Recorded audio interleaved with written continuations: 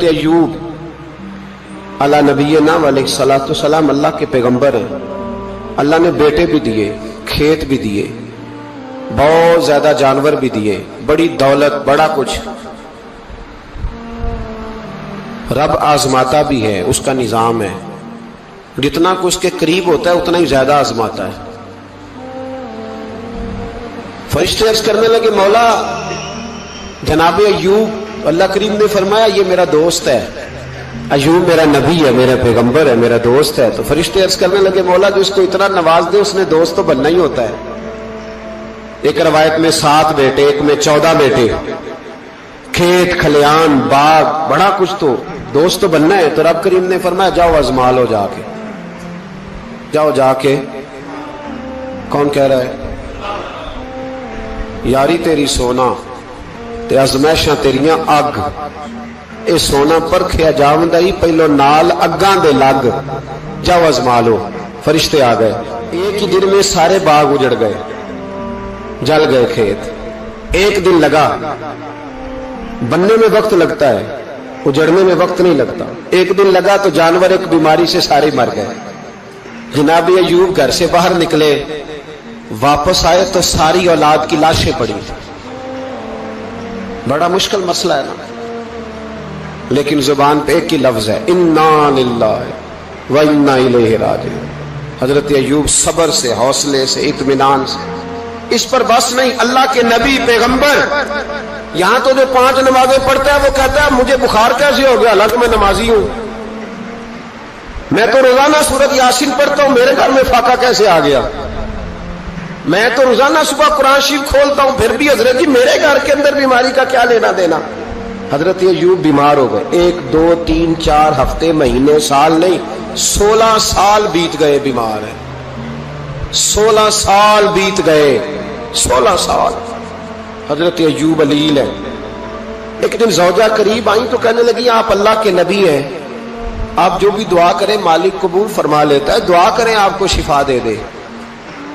جناب ایوب فرمانے لگے ایک بات تو بتا، شفا کتنے دن رہی ہے؟ کہنے لگی 60 سال. فرمایا کھیت کھلیان اولاد مال دولت کتنا عرصہ رہا؟ کہا 60 سال. 60. آپ فرمانے لگے بیماری کو کتنے سال ہوئے؟ کہا 16 سال.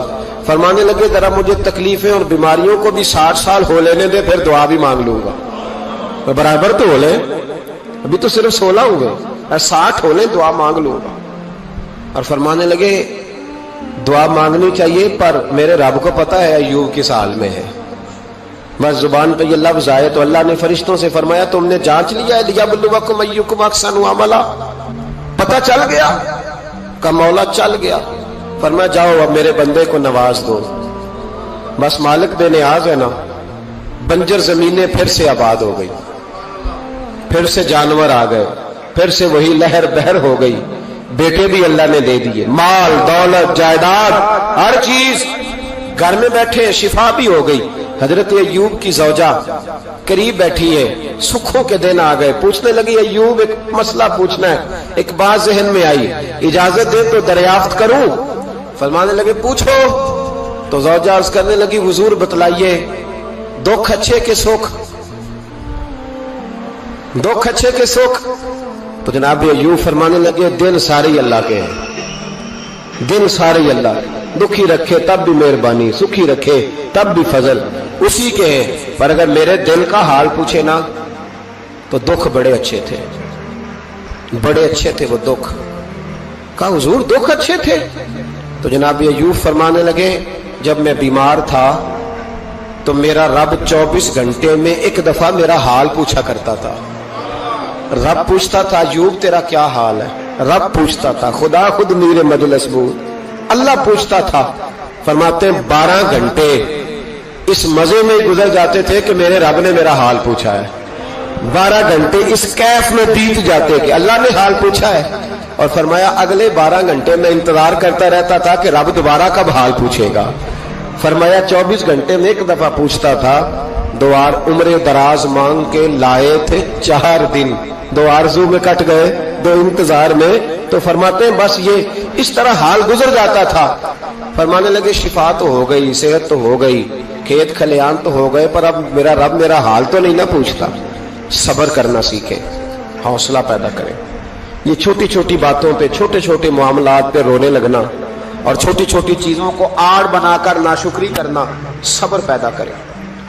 یہ بہت اعلیٰ عادت. اگر آپ میں حوصلہ ہوگا نا تو گھر کے اندر بہت سارے معاملات, گھر کے اندر, دفتر کے اندر, فیکٹری کے اندر, معاشرے کے اندر صحیح رہیں گے. لیکن اگر آپ صبر کے عادی نہیں, صبر نہیں کرنا آتا, تو پھر تو بڑی جلدی آپ کے معاملات بگڑنے لگے. چوتھی عادت ہے نیکیاں کر کے ان کو بھولنا سیکھیں. نیکی کر کے بھول جایا کریں. کسی کو روٹی کھلا کے اسے یاد نہ رکھیں, کسی کو رستہ دکھا کے پھر اسے یاد نہ رکھیں, کسی کو ایک دفعہ 10,000 قرض دے کے اس کی مشکل میں پھر دوبارہ اس کا ذکر نہ کریں. یہ خوبصورت لوگوں کی علامت نہیں, یہ کمزور لوگوں کی علامت. جو کمزور لوگ ہوتے ہیں نا, چھوٹے لوگ, وہ اس کا ذکر کرتے ہیں. وہ کچھ جگہوں پہ اپنی نیکیوں کا اظہار کرتے ہیں. نیکی ہوتی وہ ہے جو بندے اور رب کے درمیان راز ہوتی ہے, جو اللہ اور بندے کے درمیان. اب نہ اس عادت کی بڑی ضرورت ہے, بڑی ضرورت. ہر آدمی کہہ رہا ہے میں نے فلاں کے لیے بڑی قربانی دی. کون سی قربانی دی؟ سولی پہ لٹکا ہے تو, کیا کیا ہے؟ میں نے فلاں لیڈر کے لیے بڑی قربانی دی. مثلا کیا کر دیا, کیا انقلاب. اور جب آپ نے کہہ دیا تو پھر وہ قربانی ویسے بھی ختم ہو چکی ہے, اب تو وہ ملیا میٹ ہو گیا. اظہار جو کر دیا. نیکی کریں پھر اس نیکی کو چھپائیں, اس کا اظہار. ہمارے ہاں پوسٹر بڑے لگتے ہیں, اجتماعی شادیاں. یہ جناب یہ لوگ نا, یہ رمضان شریف چڑھتے ہی ہمارے پاس پرچیاں لے کے آتے ہیں, جمعے میں اعلان کر دیں 4:30 بجے تک غریب سارے فلاں جگہ پہنچ جائیں, وہاں آٹا بانٹا جائے گا.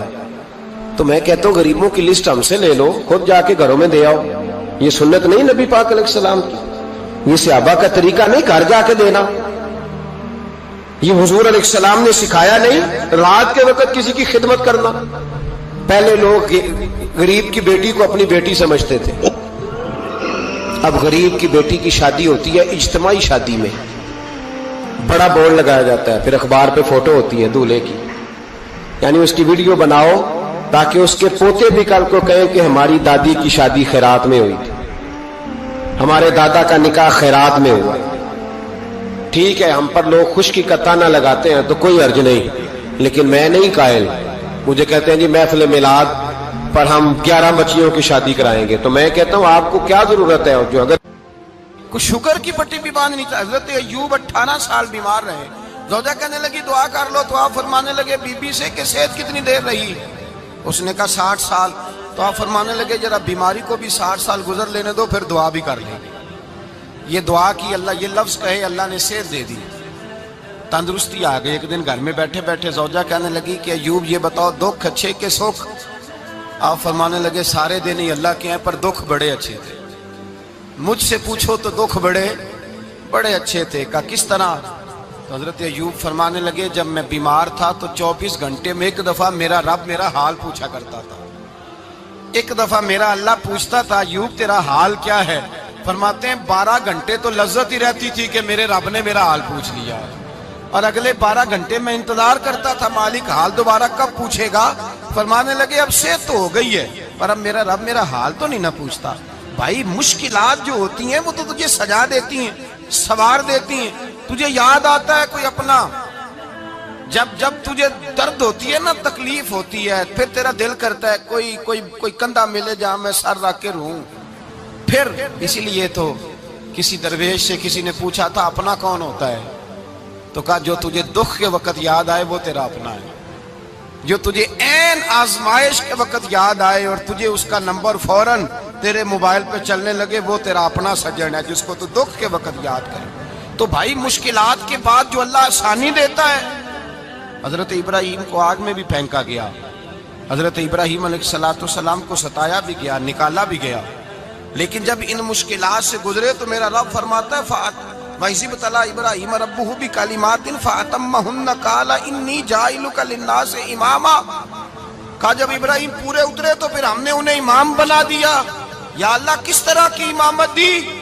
فرمایا میں نے اتنی اعلیٰ شان عطا کی ہے کہ اپنے لاڈلے رسول کو جناب ابراہیم کی نسل میں پیدا فرما دیا ہے، میں نے مصطفیٰ کو ان کی نسل میں پیدا کر دیا، قیامت تک کے لیے ان کا وقار بڑھا دیا۔ اللہم صلی علی محمد وعلی آل محمد کما صلیت علی ابراہیم وعلی آل ابراہیم، ان کی عظمت بڑھا دی، اس لیے کہ جب وہ آزمائش سے گزر کر کے آئے پھر جو آسانی دی، میرے نبی پاک صلی اللہ علیہ وسلم نے دین ابراہیمی کی بہت ساری چیزوں کو رکھا، کہا میں ملت ابراہیمی پہ ہوں۔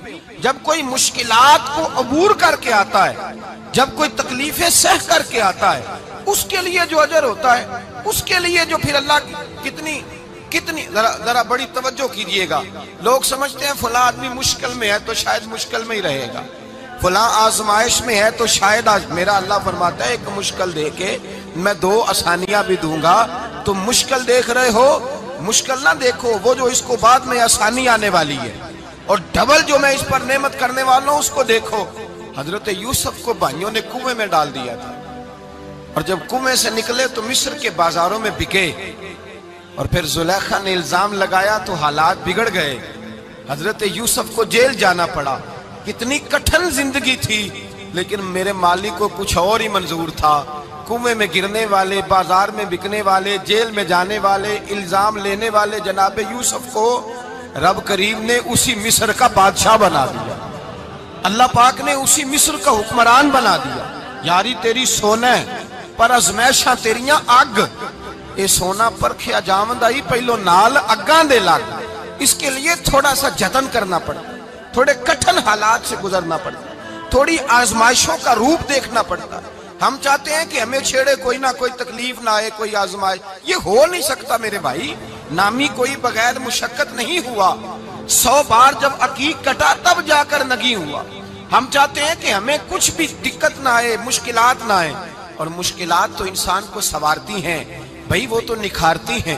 کبھی پوچھا کرو جا کر کے کسی گندم کے دانے سے کہ تو کہاں سے ہو کے آیا ہے، کہاں سے نکل کے آیا ہے، تو وہ بتلائے گا کہ بڑے مشکل مراحل سے گزرا ہوں، اور پھر اللہ نے مجھے طاقت دی ہے کہ میں انسان کے وجود کا حصہ بناؤں۔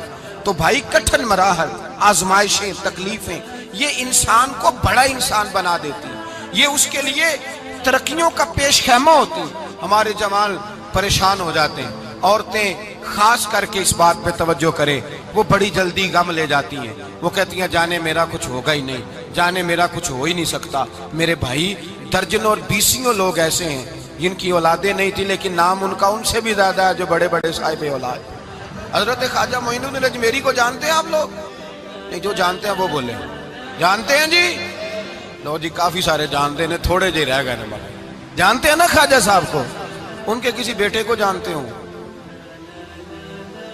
نہیں جانتے، نہیں جانتے آپ ان کے بیٹے کو۔ حضرت خواجہ معین الدین اجمیری رحمت اللہ تعالیٰ علیہ کے بیٹے کو نہیں جانتے، لیکن ویسے آپ ہندوستان میں کسی آدمی کو چھیڑ کے دیکھیں، وہ کہے گا میں خواجہ صاحب کا روحانی بیٹا ہوں، میں اولاد۔ حضرت غوث اعظم رضی اللہ تعالیٰ عنہ کی اولاد کو کم لوگ جانتے ہیں، لیکن آپ ویسے کسی کو پوچھ کے دیکھیں 11ویں والا پیر کون ہوتا ہے، ہر آدمی ہاتھ اٹھا کے بتائے گا خدا کے فضل سے ہم پر ہے سایہ غوث اعظم کا، ہمیں دونوں جہاں میں ہے سہارا غوث۔ لوگ جھوم کے بتلائیں۔ میرے بھائی یہاں لوگ پریشان ہو جاتے ہیں کہ اولاد ہوگی تو یہ ہوگا، فلاں ہوگا تو یہ ہوگا۔ بھائی ایسی کوئی بات نہیں، میرے پاس پیسے ہوتے تو میرا ابا بیماری سے فوت نہ ہوتا۔ جو مالدار ہوتے ہیں تو کیا وہ بچ جاتے ہیں؟ حضرت اسرائیل انہیں چھوڑ جاتے ہیں؟ او خدا کے بندے تو کیسی بات کر رہا ہے؟ یاد رکھ، یہ جو آزمائشیں ہوتی ہیں، یہ جو تکلیفیں ہوتی ہیں، یہ جو تھوڑے سے مشکل حالات ہوتے ہیں۔ حضرت یونس علیہ السلام کی دوستی ہوگی حضرت جبریل امین سے، تو جناب جبریل ملنے آئے۔ حضرت یونس علیہ السلام فرمانے لگے جبریل میرا دل کرتا ہے مجھے اس بندے کی ملاقات کرا جو اللہ کا سب سے زیادہ عبادت گزار بندہ ہے۔ حضرت جبریل امین لے گئے دور فلسطین کے علاقے میں، اور لے جا کر ایک بندے سے ملاقات کرائی جس کی دونوں آنکھیں بھی کوئی نہیں تھی، دونوں بازو بھی کوئی نہیں تھی، دونوں پیر بھی کوئی نہیں تھی، اور اس بندے کی زبان پر لفظ بڑا کیا جاری تھے، یا اللہ تیرا شکر ہے، یا اللہ تیرا، بول کے کہیے یا اللہ تیرا، اے اللہ تیرا شکر ہے، شکر کر رہا تھا۔ حضرت جناب سیدنا یونس علیہ السلام کہنے لگے میں نے تجھے عبادت گزار کو ملانے کو کہا تھا، تو کہاں لے آیا؟ حضرت جبریل کہنے لگے یا یونس، یہ ہر چیز جانے کے باوجود اپنے رب کی رضا پہ راضی ہے۔ اس وقت دنیا میں نبیوں کے بعد جس سے اللہ سب سے زیادہ پیار کر رہا ہے وہ یہی بندہ ہے، یہ اپنے رب کی رضا پہ راضی ہے۔ اے تن میرا کنگھی ہووے تے میں زلف سجن دی واواں، تے پوش میرے دی جتی بن جائے تے میں یار دی قدمی آواں۔ مارو مارو مینوں مار مکاؤ، کوئی عذر نہ پیش لے آواں، تے جے سونا ہی میرے دکھ وچ راضی، جے سونا ہی میرے دکھ وچ راضی، جے سونا ہی میرے دکھ وچ راضی، تے میں سکھ نو چلے ڈاواں۔ مالک جے بھی سال میں راضی ہے تو بس ٹھیک ہو گیا، ٹھیک ہو گیا۔ وصل اچھا ہے نہ فراق اچھا ہے، بس جس حال میں محبوب رکھے وہی حال اچھا ہے، بس جس حال میں انہوں نے رکھا بات ٹھیک ہو گئی۔ اس میں اب انسان شکوہ کرتے پھرے کہ یہ کس طرح ہے وہ کس طرح، اپنے آپ کو مطمئن رکھا ہے۔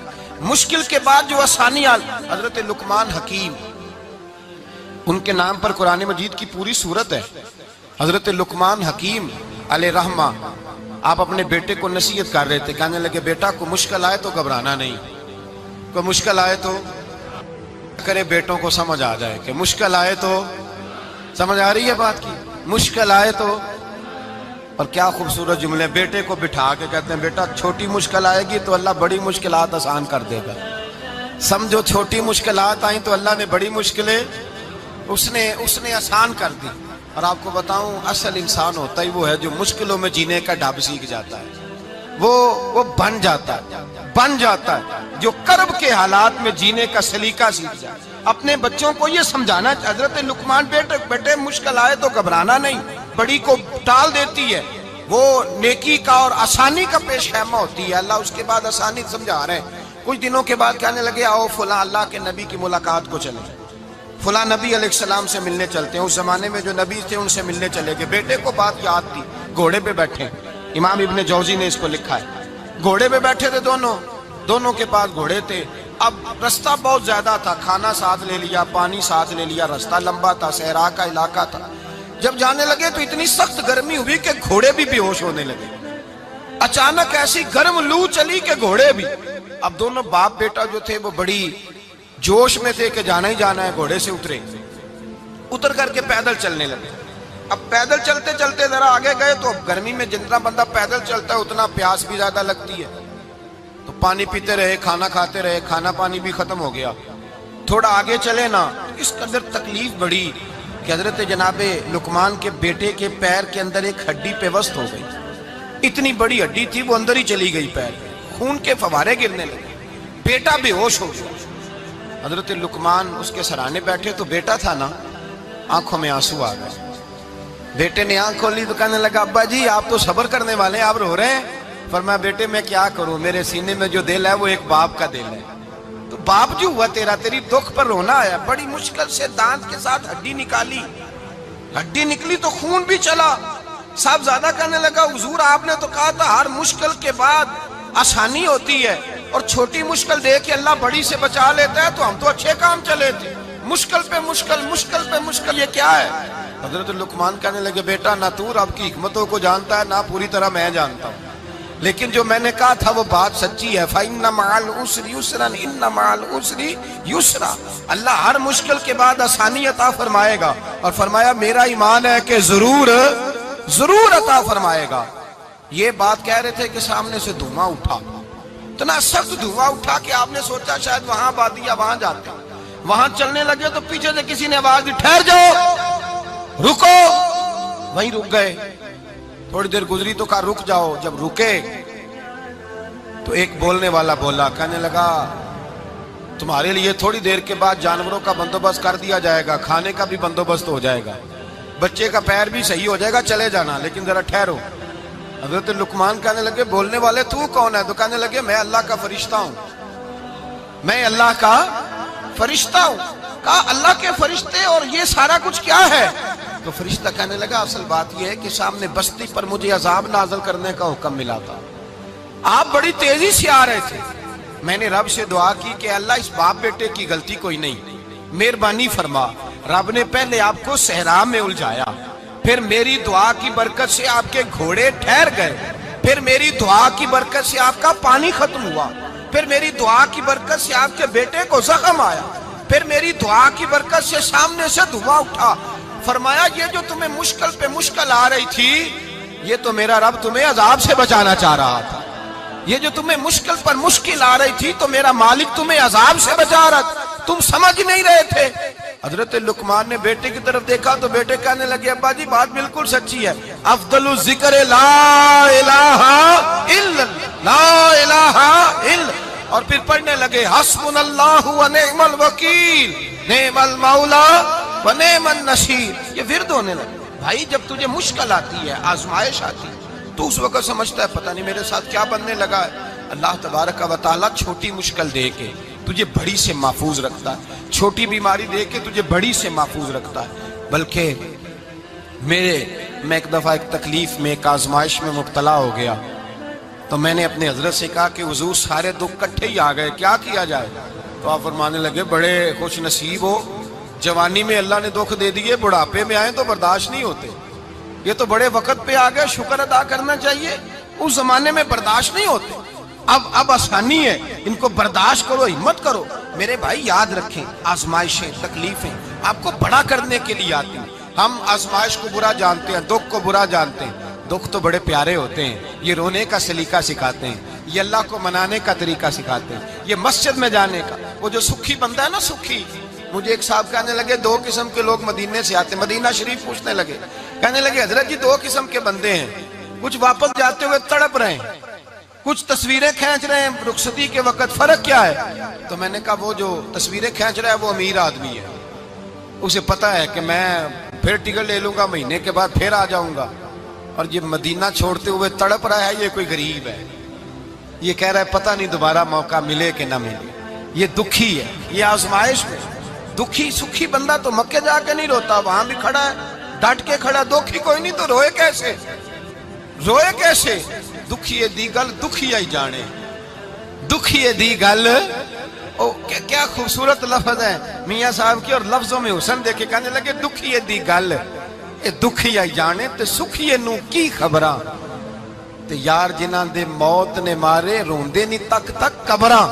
یہ مشکل مرحلہ ہوتا ہے، جب انسان تکلیف میں ہوتا ہے پھر اسے احساس ہوتا ہے، اور تکلیف والے کو ہی تکلیف والے کی تکلیف کا احساس ہوتا ہے۔ جب آپ کو اللہ مشکل دیتا ہے تو سمجھ لے رب آسانی دینا چاہ رہا ہے، جب تیز دھوپ آتی ہے تو سمجھ لے اللہ گرم ہوا گزار کے ٹھنڈی بارش برسانا چاہ رہا ہے، اور جب چاروں طرف سے گھٹن ہو، پنجابی میں کہتے ہیں گمہ لگ جائے، تو پھر سارے بول کے کہتے ہیں اب جو طوفان آئے گا وہ سخت ہی آئے گا، اس لیے کہ گھٹن جتنی زیادہ ہوتی ہے پھر فضل بھی اتنا۔ جن لوگوں نے تکلیفیں زیادہ سہی تھی رب نے عزتیں بھی زیادہ ہی عطا فرمائی، جن لوگوں نے تکلیفیں زیادہ سہی نہ انہیں اللہ نے درجہ بھی۔ حضرت بلال حبشی نے بڑی تکلیف سہی، مارا کرتا تھا امیہ، بڑا مارتے تھے، اتنا مارتے تھے کہ موٹے، آپ نے کبھی دیکھے ہیں دیہاتوں میں موٹے موٹے پائے ہوتے تھے چار پائیوں کے، موٹے موٹے پان کی چار پائیاں اور بڑی چار پائیاں کافر بچھا کے بیٹھ جاتے، اور حضرت بلال حبشی کے پیر ان کے نیچے رکھ دیتے، ہاتھ ان کے نیچے رکھ دیتے، آگ لوہا گرم کر کے اس کے اوپر ننگے بدن لٹا دیتے۔ مکے نے بڑی آزمائشیں دیکھی، پھر اسی مکے نے، مدینے نے عجیب رنگ دیکھا کہ میرے نبی معراج سے واپس آئے، اور حضور نے عظمت دی، فرمایا بلال یار تیرا بڑا مقام ہے، تو مدینے میں چل رہا تھا اور میں جنت میں تیرے قدموں کی آواز سن رہا تھا، کتنا تیرا مقام ہے، کتنا تیرا درجہ ہے، میں وہاں تیرے چلنے کی آواز سن رہا تھا۔ حضرت ابو بکر صدیق رضی اللہ تعالیٰ عنہ نے اس زمانے میں حضور کی نوکری کی جب دوسرا جانثار کوئی نہیں تھا، سارے لوگ تانے دیتے، کہتے ابو بکر تو اکیلا ہی سیانا ہے، سارا مکہ مخالفت کرتا ہے، تو جان ہی نہیں چھوڑتا، سارا زمانہ مخالفت کرتا۔ ابو بکر صدیق نے مال بھی دیا، جان بھی دی، شہزادی حضرت عائشہ بھی دی حضور کی خدمت میں، ہر چیز لٹا دی۔ دنیا کو پتا اس دن چلا جس دن میرے رسول پاک صلی اللہ علیہ وسلم مسجد نبی میں بیٹھے تھے، درجنوں صحابہ تھے، حضور نے فرمایا ابو دردہ کو تو بلاؤ۔ جناب ابو دردہ حاضر ہوئے تو کہتے ہیں حضور کا چہرہ دیکھا تو ناراضگی ہے چہرے پہ، میں نے دیکھتے ہی کہا حضور آپ مجھ سے ناراض ہیں؟ حضور نے فرمایا ہاں میں ناراض ہوں۔ جب یہ لفظ کہے تو میں کانپنے لگا، حضور ناراض ہو گئے؟ میں نے کہا یا رسول اللہ میری غلطی۔ تو نبی پاک نے فرمایا تو میرے ابو بکر کی عظمت نہیں جانتا؟ حضور جانتا ہوں۔ حضور کیا ہوا؟ نبی پاک نے فرمایا کل تو گلی میں گزر رہا تھا، ابو بکر بھی گزر رہا تھا، تو نے سوچا ہی نہیں تو میرے ابو بکر کے آگے آگے چل رہا تھا؟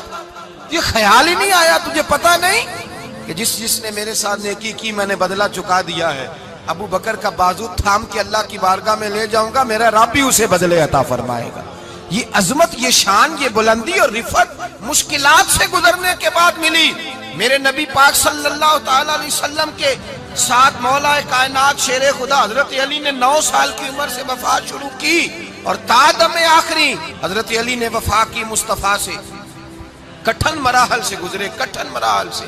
حضرت علی کہتے ہیں میں ہر جنگ میں، ہر جہاد میں ساتھ تھا، پر جس دن مکے اور مدینے سے آنے والوں کو حضور بھائی بھائی بنا رہے تھے، مہاجر اور انصار کو بھائی بھائی بنا رہے تھے، فرماتے ہیں میں تنہا کھڑا تھا، کوئی کسی کا بھائی بن گیا، کوئی کسی کا بھائی بن گیا، میں اکیلا کھڑا تھا اور میں سوچ رہا تھا کہ یار میں کدھر جاؤں۔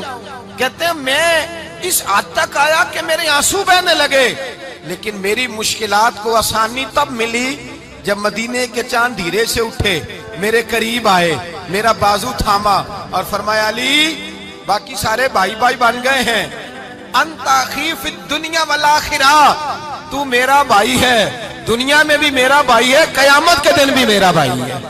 حضور نے اعزاز دیا، اور غدیر خم کے موقع پر حضرت علی کا بازو تھام کے کھڑا کر کے حضور نے فرمایا من کنت مولا ہوں فہذا علی مولا، فرمایا جس کا میں مولا ہوں اس کے علی بھی مولا ہے۔ محبوب پاک سید عالم صلی اللہ علیہ وسلم نے جن لوگوں نے مشکلات برداشت کی، پھر ان کو اعزاز ملا، ان کو درجے ملے، ان کے لیے جو آسانی۔ حضرت عثمان غنی نے صحابہ میں سب سے زیادہ مظلومیت کاٹی، سب سے زیادہ مظلومیت۔ 40 دن پانی بند رہا، کھانا بند رہا، تکلیف اور آزمائش کا وقت ہوا۔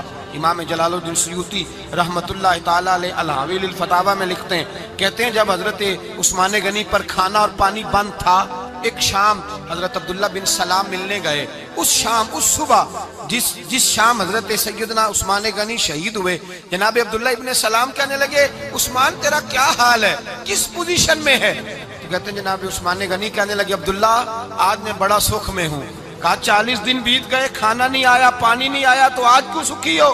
فرمانے لگے آج مدینے کی سامنے والی گلی میں نے مصطفیٰ کا دیدار کیا ہے، اور نبی پاک صلی اللہ علیہ وسلم نے فرمایا عثمان اگر تو کہے تو تیرے لیے پانی کا بندوبست کر دیا جائے، تیری مشکل آسان ہو جائے، اور اگر تو کہے تو تیرے لیے وہ آسانی کی جائے کہ آج تو میرے پاس آ کے روزہ افطار کر لے۔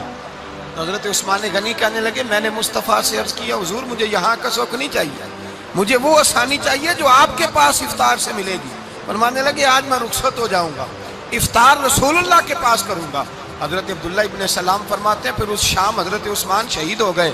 لوگ کہنے لگے عثمان شہید ہو گئے، اور میں کہنے لگا نہیں، انہوں نے جا کے نبی پاک کے دسترخوان پہ روزہ افطار کر لیا۔